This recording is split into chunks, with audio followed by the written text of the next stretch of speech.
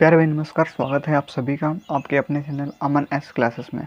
चलिए स्टार्ट करते हैं। आज आपका क्लास 10th के पहला चैप्टर शुरू हो। जो भी भाई लोग क्या नाम 9th को पूरा पास करके 10th में आए उनके लिए क्लासें हैं। आपका 10th की पूरी पूरी मैथ जो है वो आपको बिल्कुल फ्री अमन एस क्लासेस में आपको प्रोवाइड की जाएगी धीरे धीरे। ठीक है, तो आज उसका पहला लेक्चर है जहाँ से हम आपको पूरा बेसिक्स मतलब वास्तविक संख्याएं जो होती हैं सारी संख्याओं के बारे में, वास्तविक संख्या हो गई, परवेश संख्या होगी, प्राकृतिक संख्या हो गई, अपरिमेय संख्या हो गई, सारी संख्याओं के बारे में अच्छे तरीके से आज आपको बताएंगे।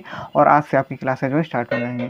ठीक है, तो रोज़ आपको शाम को 8 बजे जो है आपको वीडियो डल जाए करेगी और बिल्कुल फ्री कंटेंट है। ठीक है, तो जो हाई स्कूल में इस बार आए हैं भाई वो आराम से इस चीज़ को देख सकते हैं और अपना जो कोर्स है वो डेली बेसिस पे पूरा कर सकते हैं। पूरा आपको साथ साथ में बताते जाएंगे कि ये तो करवाते ही जाएंगे, साथ साथ में बताते जाएंगे कि आपका ये वाले क्वेश्चन इंपॉर्टेंट है, ये पेपर में आता है, ये वाला पेपर में आया है, ये वाला पेपर में आया है।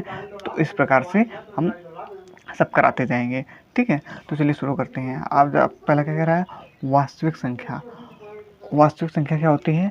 परिमेय संख्या तथा अपरिमेय संख्या का मेल ही वास्तविक संख्या कहलाता है। क्या? परिमेय संख्या और अपरिमेय संख्या का मेल ही, क्योंकि ये ज़रूरी है, आपको पता होना चाहिए तभी, क्योंकि इससे थ्योरी बेसिस पे भी ऑब्जेक्टिव में आपके जो बेस क्वेश्चन आते हैं उसमें थ्योरी बेसिस पर भी क्वेश्चन आ जाते हैं। इसलिए इस सबसे पहले के साथ हम इसी चीज़ की ले रहे हैं। ठीक है, क्या बताया हमने आपको कि परिमेय संख्या और अपरिमेय संख्या का जो मेल होता है वही आपका क्या कहलाता है? वास्तविक संख्या कहलाता है। अभी आप जानेंगे कि परिमेय संख्या क्या होती है और क्या वास्तविक संख्या होती है। ठीक है, तो हम अभी यहाँ से इतना समझो कि वास्तविक संख्या क्या होती है। जहाँ पर आपकी परिमेय संख्या भी हो और अपरिमेय संख्या भी हो, वही आपका क्या होता है? वास्तविक संख्या। जैसे एग्जांपल में आपका 1 हो गया, 4, 3, √5 ये आपका परिमेय संख्या, √3 ये आपका अपरिमेय संख्या। ये अभी आप जानेंगे आगे कि क्या परिमेय होती है, क्या अपरिमेय होती है। ठीक है, तो बस इतना समझ लो कि मोटा मोटा कि वास्तविक संख्या क्या होती है, जिसमें आपका परिमेय संख्या भी मिल जाए और अपरिमेय संख्या दोनों संख्या मिल जाए, वो आपका कैसी संख्या हो जाती है? वास्तविक संख्या हो जाती है। क्लियर हो गया ना? अब देखो फिर क्या होता है प्राकृतिक संख्या। प्राकृतिक संख्या क्या होती है? जो आपका गिनती में उपयोग, जो हम प्राय बोलते हैं 1 से 100 तक की सारी, वो आपकी क्या है? प्राकृतिक संख्या। ठीक है, जो एग्जांपल में देखो 1 2 3 4 डॉट डॉट सारी मतलब कि 100 तक सारी आपकी कैसी है? प्राकृतिक संख्या, जैसे जो प्रकृति से हमें मिली। ठीक है, तो आप कह सकते हैं ना प्राकृतिक संख्या। जीरो इसमें नहीं होता है, जीरो वो हो जाता है आपका, वो पूर्ण संख्या हो जाती है। प्राकृतिक संख्या जो है वो 1 से स्टार्ट होती है और आपका 100 मतलब 100 अनंत जहाँ तक आपका, वो आपको क्या हो जाती है? प्राकृतिक संख्या हो जाती है। ठीक है, फिर आ जाओ परिमेय संख्या क्या होती है।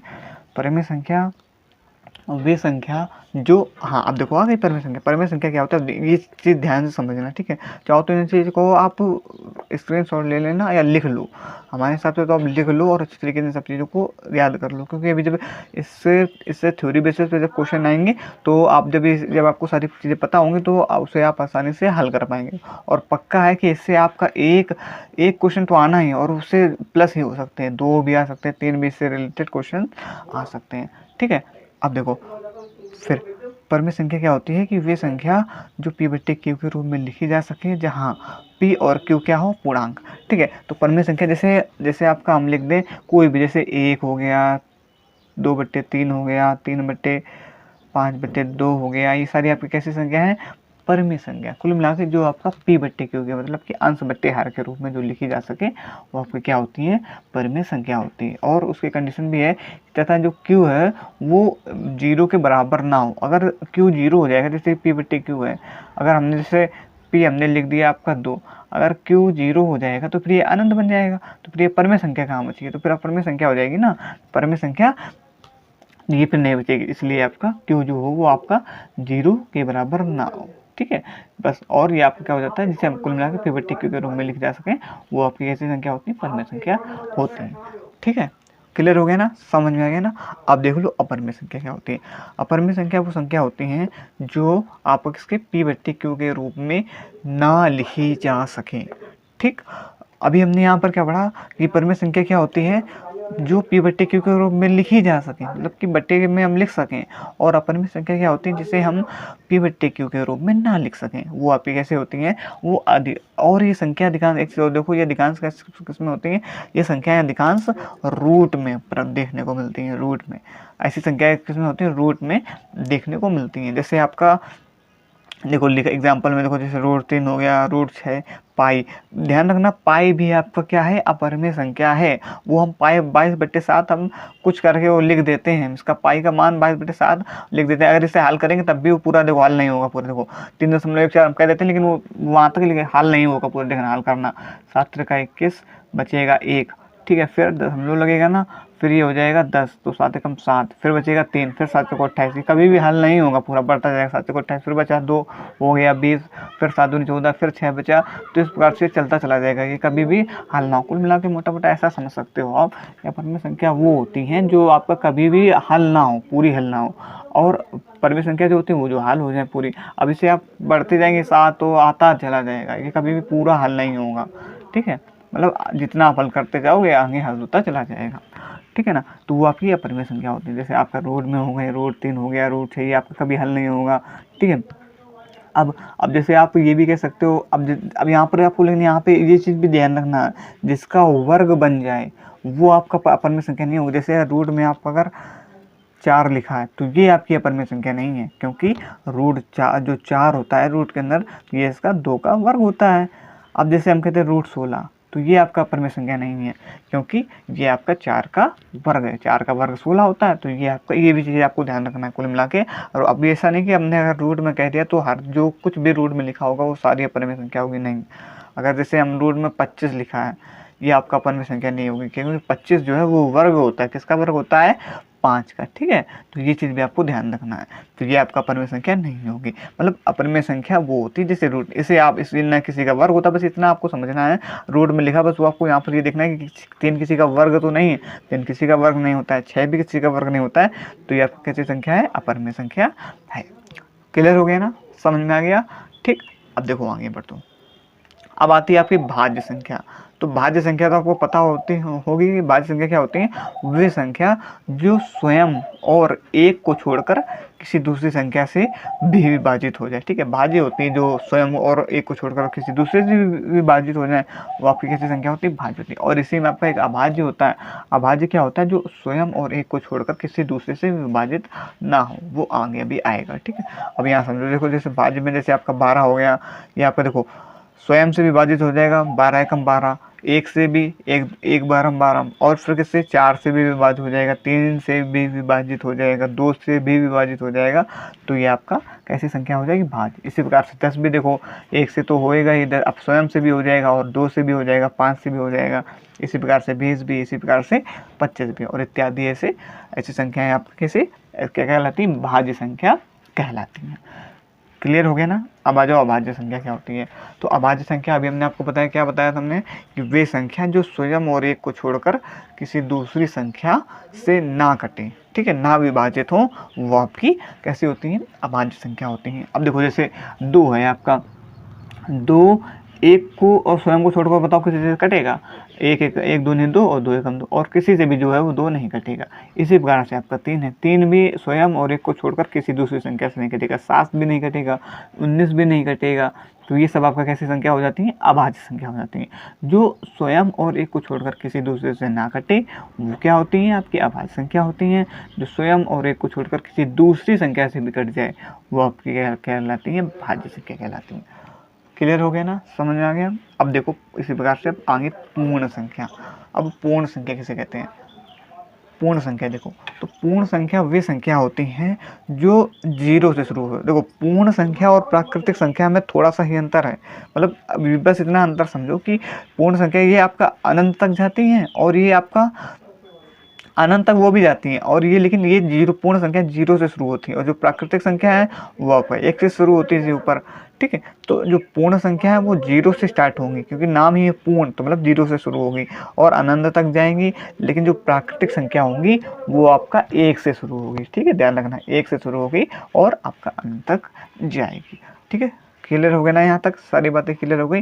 तो एक बार इसे हम तो मतलब आपको इस चीज़ को अब एक कॉपी में लिख लो और अच्छी तरीके से इन चीज़ों को याद कर लो, क्योंकि इससे 1 प्लस ही सवाल इससे जो है पेपर में आपका 101% आना है, ठीक है, क्योंकि आपका आ जाते हैं थ्योरिकल सवाल, ठीक है। तो क्लियर हो गया ना, और देख लो आगे।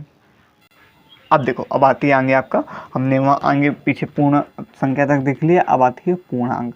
तो पूर्णांक किसे कहते हैं कि जो पूर्ण संख्या में ऋणात्मक संख्या मिलाने पर बनी संख्या पूर्णांक होती है। पूर्ण संख्या में और ऋणात्मक संख्या में मिलाते, आपने देखो पढ़ा होगा संख्या रेखा 9th में। संख्या रेखा में यहाँ सारी इस प्रकार से बनता है ना, यहाँ की सारी संख्या माइनस होती हैं, यहाँ की संख्या प्लस होती हैं।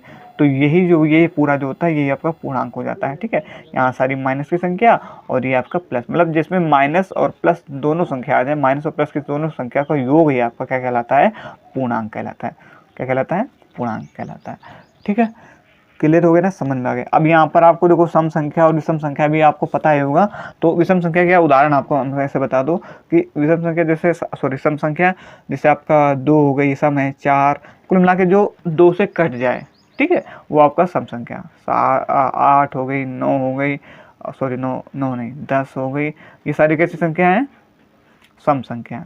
विषम संख्या तो 2 से ना कटें, जैसे आपका 3 हो गया, 5 हो गया, 7 हो गया, 9 हो गया, 11 हो गया इत्यादि, ये सारी कैसी हैं?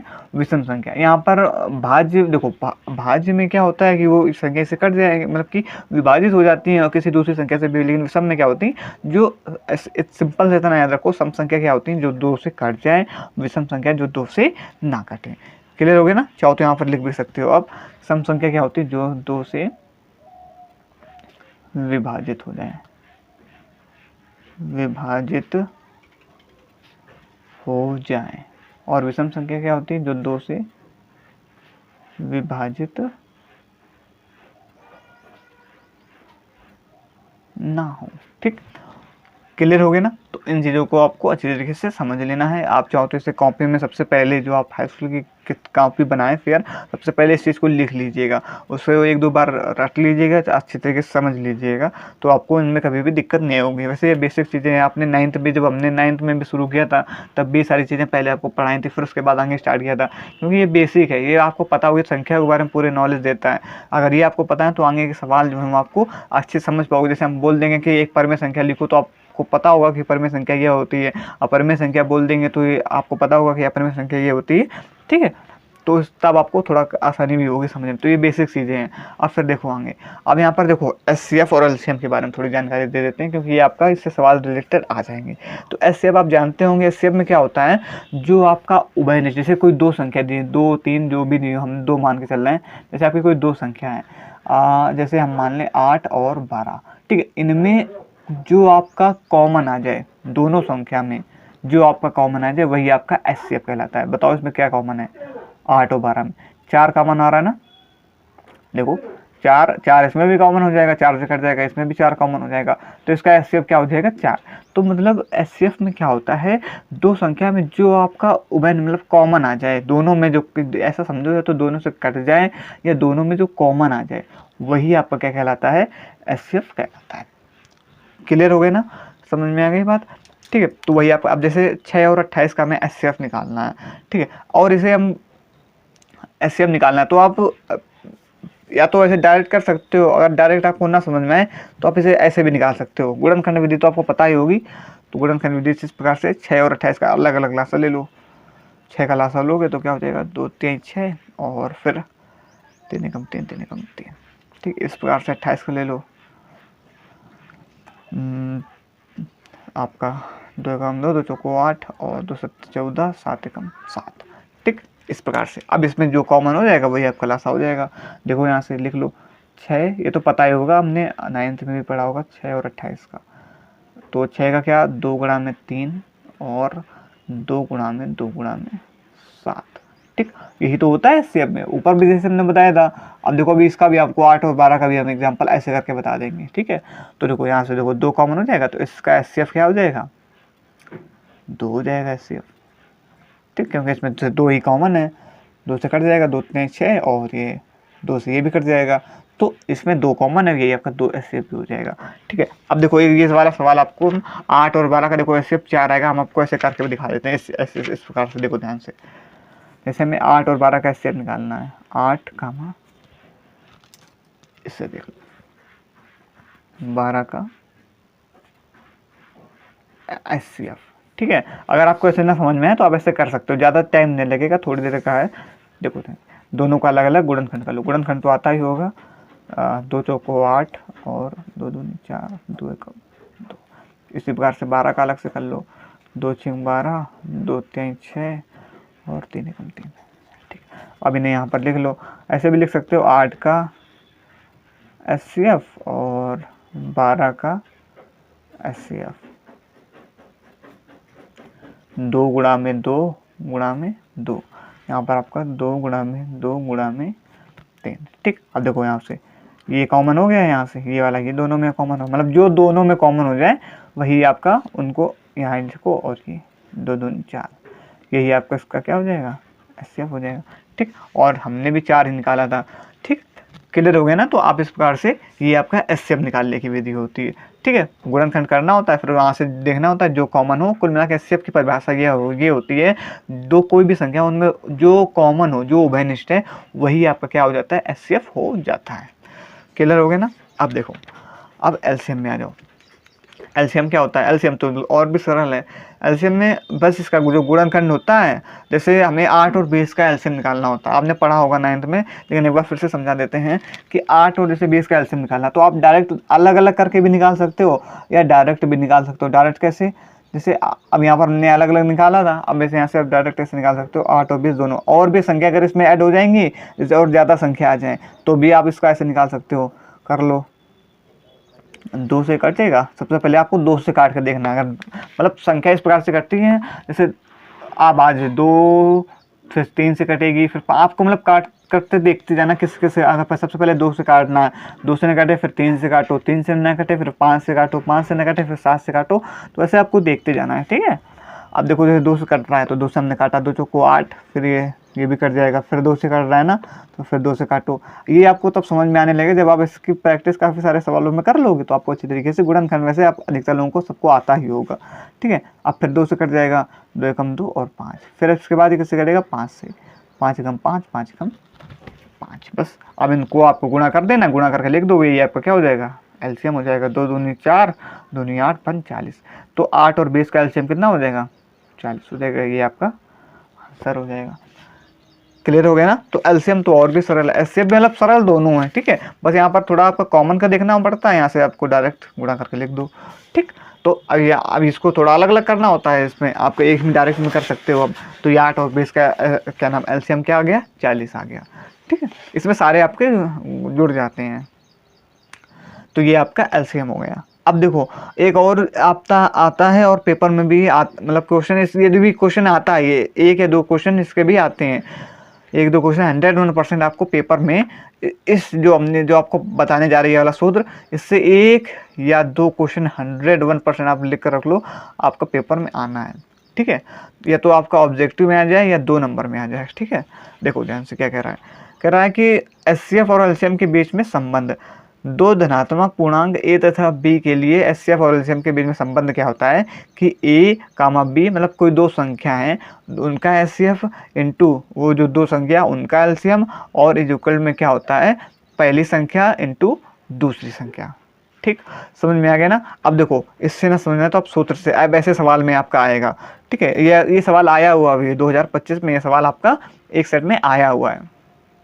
अब देखो इसमें क्या कह रहा है, 15 और 25 का, देखो हम साथ साथ में आपको एग्जाम्पल भी कराते जा रहे हैं कि आपको ये भी समझ में आता जाए कि किस प्रकार से आपके सवाल में जो है पेपर में आ सकते हैं।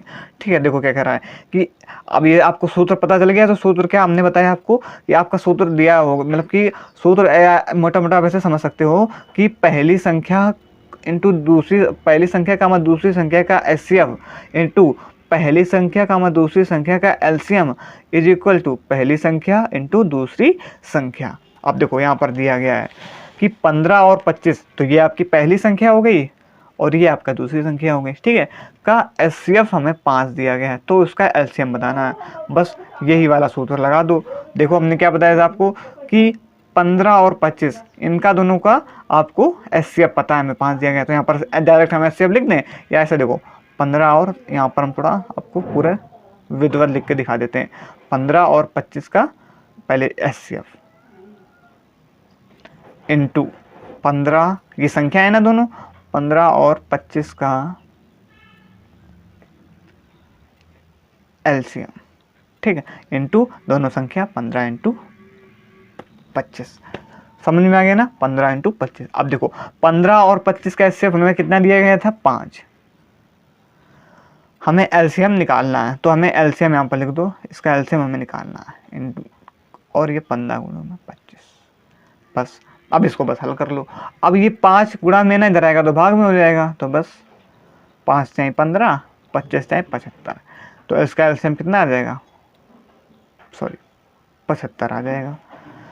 समझ में आ गया ना, तो एलसीएम इसका क्या आ जाएगा, 75 आ जाएगा। बस पहली संख्या दूसरी संख्या बिल्कुल बस इस सूत्र को आप याद कर लो, तो ऐसे सवाल आपको आप आसानी से बना लोगे। और ऐसा सवाल आपका एक जरूर आना है, ठीक है, या आपका ऑब्जेक्टिव में आ जाए या फिर आपका उसमें आ जाए, क्या नाम, 2 नंबर में आ जाए, ठीक।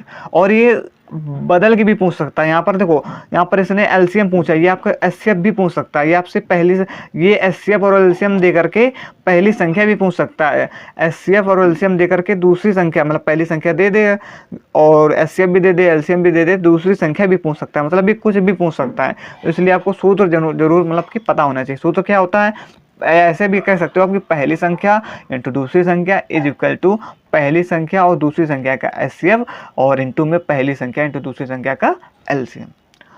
समझ में आ गया ना, क्लियर हो गया। तो ये आपका हमने आपका इसमें एलसीएम और एलसीएम के बीच में संबंध भी सारे बता दिए, ठीक, क्लियर हो गया ना। तो आज जितनी सारी चीज़ें आपको ये जो हमने कराई हैं सारी आपकी इंपॉर्टेंट थी। आपका जितना भी था हमने एलसीएम से एक सूत्र लिखवाया, और ये सारी चीज़ें आप अच्छी तरीके से अपनी कॉपी में, फेयर कॉपी में लिख लीजिएगा, ठीक है, और इसको अच्छी तरीके से याद कर लीजिएगा, ठीक है। तो आज सवाल जो है, और जो एक सूत्र हमने आपको बताया था, देखो सूत्र बोलो हमारे साथ, हमने क्या सूत्र बताया था आपको, कि ऐसे भी लिख सकते हो आप इसको कि पहली संख्या इंटू दूसरी संख्या, मतलब या तो उसको पहले एलसीएम से आपको पहले लिख लो या इसको लिख लो, बात एक ही है। इंटू दूसरी संख्या इज इक्वल टू में क्या, पहली संख्या पहली कामा दूसरी संख्या का एचसीएफ, ठीक, इंटू पहली कामा दूसरी संख्या का, ठीक है, संख्या का एलसीएम, ठीक। तो ये आपका सूत्र है, फार्मूला है। तो इसको आप याद कर लीजिए, और जितनी डेफिनेशन लिखाई है उसे बस समझना है आपको, और बाकी वैसे याद तो होंगी आपको, आप हाई स्कूल में अब आ गए हो, ठीक है। तो ये आपका फार्मूला है, ठीक, इसे अच्छे तरीके से याद कर लो। और बाकी आपको पता ही होगा कि थोड़ा चिन्ह के बारे में जानकारी ले लो। जैसे आपको पता होगा कि जैसे जब प्लस में, अगर हम प्लस में ऐसे देख लो, प्लस में जब बात होती है प्लस के लिए, जब हम प्लस को प्लस करते हैं तो प्लस आता है ना, ये तो पता होगा। और जब हम प्लस और ये आपका प्लस माइनस होता है तो वहाँ पर देखा जाता है कि कौन सी संख्या, जो संख्या बड़ी है वही चिन्ह आता है।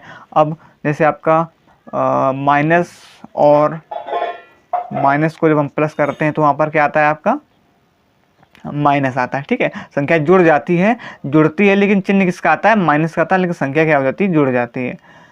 संख्या जुड़ जाती है लेकिन चिन्ह किसका आता है, माइनस का।